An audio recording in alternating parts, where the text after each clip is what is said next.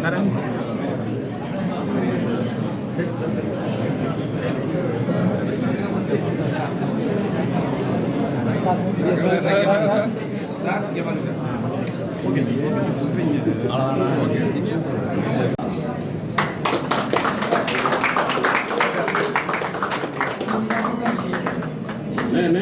ஒரு நிமிஷம் இல்லைங்கண்ணே எடுத்தாச்சப்பா.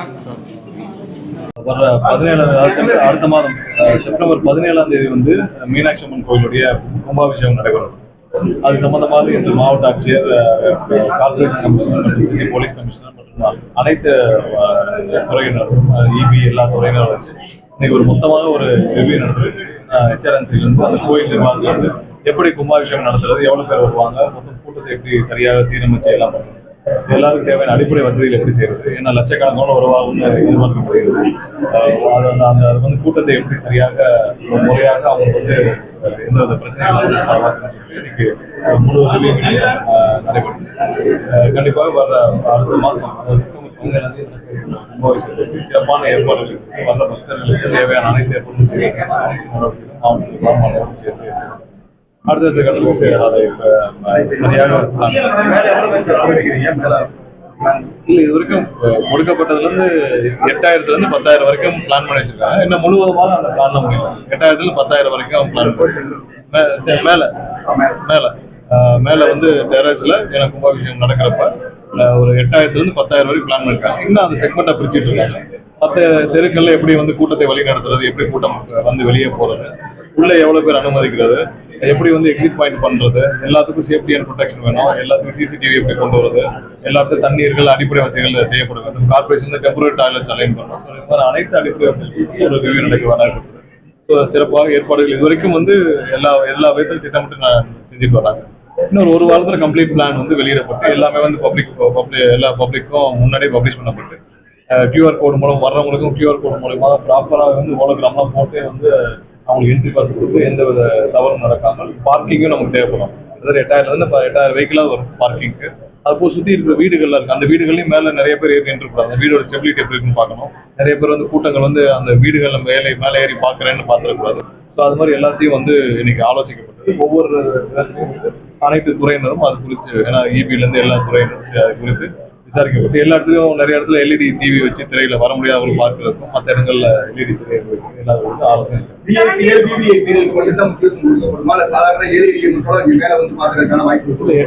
10,000 பேர் அங்கே அனுமதிக்கப்படலாம். அதுல முக்கியமான வந்து ஜட்ஜஸ், இந்த மாதிரி கலெக்டர்ஸ், அப்புறம் மற்ற இது வர்றவங்க, முக்கியமான இந்த கோயில் நிர்வாகத்தை சார்ந்தவங்க கொஞ்சம் பேர் இருப்பாங்க, ஒரு 200 பேர் இருப்பாங்க. அது போக ஒரு 8000 இருந்து 10,000 பேர் இருக்கு.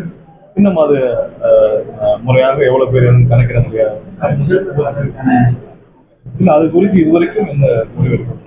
இப்போ அதுக்கு சாத்தியக்கூறு ஏன்னா அது வந்து அந்த சமயத்துல வேற சில ப்ரோக்ராமும் ஷெட்யூல் ஆயிடுச்சு. ஏன்னா ஏற்கனவே கூட்டம் அதிகமா இருக்கிற இடத்துல முதல்வரும் வருவது இன்னும் கூட்டத்தை அதிகரிக்கும். அதனால அதுக்கான சாத்தியக்கூறு இப்போ வரைக்கும் இல்லை. மக்களுக்கு பாத்தீங்கன்னா தலைமைச் செயலாளரை கண்டிச்சு இன்னைக்கு தமிழ்நாடு முழுக்க ஆர்ப்பாட்டம் பண்றாங்க. குறிப்பா அந்த சுற்றறிக்கையை கண்டிச்சு வரலாறு காணாத அளவுல கல்லூரிக்குள்ளேயே போலீஸ் போய் மாணவர்களை அடக்குமுறை பண்ணதெல்லாம் குறிப்பிட்டு இந்த இதை எப்படி பாக்குறீங்க?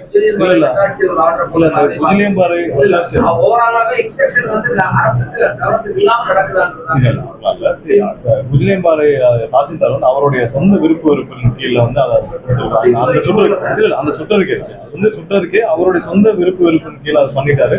அவர் இப்பதான் வந்து இன்னொரு 6 மாசம் ரிட்டையர்ட் ஆக போறாரு. அது குறித்து நானும் வந்து சிபிஎம் தலைவர் அனைவருக்கும் ஃபோன் பண்ணி பேசினேன். ஏன்னா அவர் வந்து மாவட்ட ஆட்சியருக்கே தெரியாமல் அந்த மாதிரி ஒரு சுற்றறிக்கை அனுப்பிச்சிட்டாரு. ஏன்னா அவர் வந்து இப்போ ஆர்ப்பாட்டம் பண்றதா இருந்திருக்காங்க, அவங்களுக்கே தெரியாம அனுப்பிச்சிட்டாரு. உடனே திரும்ப பெறப்பட்டு அவரும் இடமாற்றம் போட்டு அவருக்கு அது குறித்து அவர் மீதும் தேவையான நடவடிக்கைகளும் எடுக்கவும் பரிந்துரைக்கப்பட்டுள்ளது. மற்றது அதே மாதிரி தான். அது வந்து அரசாங்கத்திற்கு எந்தவித இந்த மாதிரியான இதுவும் இல்லை. ஒரு சில பேர் வந்து அது தவறாக அந்த மாதிரி அனுப்புறாங்க. மற்றபடி அது வந்து குஜிலியம்பாறையில உடனடியாக அது திரும்ப பெறப்பட்டு அதுக்கான நடவடிக்கைகள் அரசாங்கம் அமைய உதவிய மக்களுக்கு சட்டமன்றத்தில் பேசாம சட்டமன்றத்தினுடைய மாண்பு வெளியிடுமா எதிர்கட்சி தலைவர் முக்கியம் மாத்தி மாத்தி உரையாடக்கூடிய எந்த விதத்தில் நியாயமா இருக்கும்? சட்டசபை மக்களுக்காக பேசுறது எதிர்பார்க்கல. மானிய கோரிக்கையில் என்ன பேச வேண்டியோ அதெல்லாம் சட்டசபையோட நீங்க 2 மணிக்கு முடிய வேண்டிய சட்டசபை வந்து 6 மணி 7 மணி ஆகும். தேவையான அளவு எக்ஸ்டெண்ட் பண்ணி எல்லாரும் மானிய கோரிக்கையில விவாதிக்க வேண்டிய விஷயங்கள் விவாதிச்சு, மற்றபடி எல்லாருக்கும் கொடுக்க வேண்டிய ஸ்பேஸ் முந்தைய காலகட்டங்கள் அதிகமாக தான் இன்னைக்கு சவாலாக இருக்கு. அதை வந்து எதிர்கட்சியும் பெருசா பாராட்டிருக்காங்க. எதிர்கட்சி என்ன சொல்லியிருக்காங்க, முன்னால 5 நிமிஷம் 2 நிமிஷம் 3 நிமிஷம் தான் மானிய கோரிக்கை விவாதத்தில் எல்லாத்துக்கும் பேச வாய்ப்பு. இப்ப 15 நிமிஷம் 20 நிமிஷம் 35 நிமிஷம் 45 நிமிஷம்லாம் எதிர்கட்சியுடைய திரு ஏவாவில் எல்லாருக்கும் தேவையான வாய்ப்பு. வட்டாட்சியர் வந்து மாற்றப்பட்டாங்க. ஆனா தலைமைச் செயலர்ல கல்லூரி இணை இயக்குவோம் அவங்க மேல ஏதாவது தலைமைச் செயலாளர் அவங்க மேல இல்ல, அது குறித்து முதல்வர் ஆலோசிச்சு இப்ப தேவைப்பட்டால் கண்டிப்பாக அதுல என்ன நடவடிக்கை எடுக்குமோ எடுப்போம். ஆனா அது வந்து கண்டிப்பாக அரசுக்கு அதன் உடன்பாடு இல்லை. அதுல ஆரோக்கியமான விவாதங்களை தவிர்த்துட்டு கட்டூசேஸ் அங்கி இதெல்லாம் ஏற்படுறா சார் சட்டமன்றத்துல இதெல்லாம் பேசலாமா சார்? அதெல்லாம் என்ன கான்ஃபிளிக்ட்னா சிபிஐசிக்கு கூட சரி காங்கிரஸ் மாநிலத்தால் கூட யோசிக்கிறாரு. இது எப்படி புரிஞ்சுக்கிறதுன்னு தெரியல. சிபிஐ எம்பிலாம் வந்து இல்ல உஜிலியம்பாறை விஷயத்துல அதை வந்து உடனடியாக சொல்லியாச்சு. கல்லூரி விஷயத்துல என்னன்னா இது இன்னும் வந்து கவர்னருடைய மேற்பார்வையில் நடந்திருக்கு. கல்லூரியில நம்ம வந்து எஜுகேஷனா மாநில பட்டியலை கொண்டு வரணும் நம்ம பல காலமா போராடிட்டு. கல்லூரியில இன்னைக்கு யூனிவர்சிட்டிஸ் எல்லாமே வந்து பாத்தீங்கன்னா இன்னைக்கு கவர்னருடைய கட்டுப்பாட்டுல இயங்கிட்டு இருக்கு. அதுல பல சிக்கல்கள் இருக்கு. நிறைய இடத்துல இன்னொரு ஜனவரி மாசம் வந்துச்சுன்னா நமக்கு எந்த யூனிவர்சிட்டிலுமே வைஸ் சான்சலர் இருக்க மாட்டாங்க. அதுக்கு நிறைய முயற்சிகள் எடுக்கப்பட்டிருக்கு. எல்லாம் சீரமைக்கிறதுக்கான நிறைய முயற்சிகள், எல்லா டெம்பரரி ஸ்டாஃப்ஸ், எந்த அட்மினிஸ்ட்ரேட்டிவ் லெவலில் எந்த ஸ்டாஃப்ஸும் ஃபில் பண்ண முடியாத சூழ்நிலை நிறைய விஷயத்துல எனக்கு கான்வெகேஷன் நடக்கல, சர்டிஃபிகேட் கொடுக்க முடியல, நிறைய குளறுபடிகள் நிறைய விஷயங்கள் இருக்குது. கண்டிப்பா அதை வந்து மாநில பட்டியலில் கொண்டு வரணும் தான். அப்பதான் நமக்கான முழு கட்டுப்பாடு இருக்கும். அப்பதான் வந்து முழு அளவுல நம்மளோட கட்டுப்பாடு சொல்லணும்.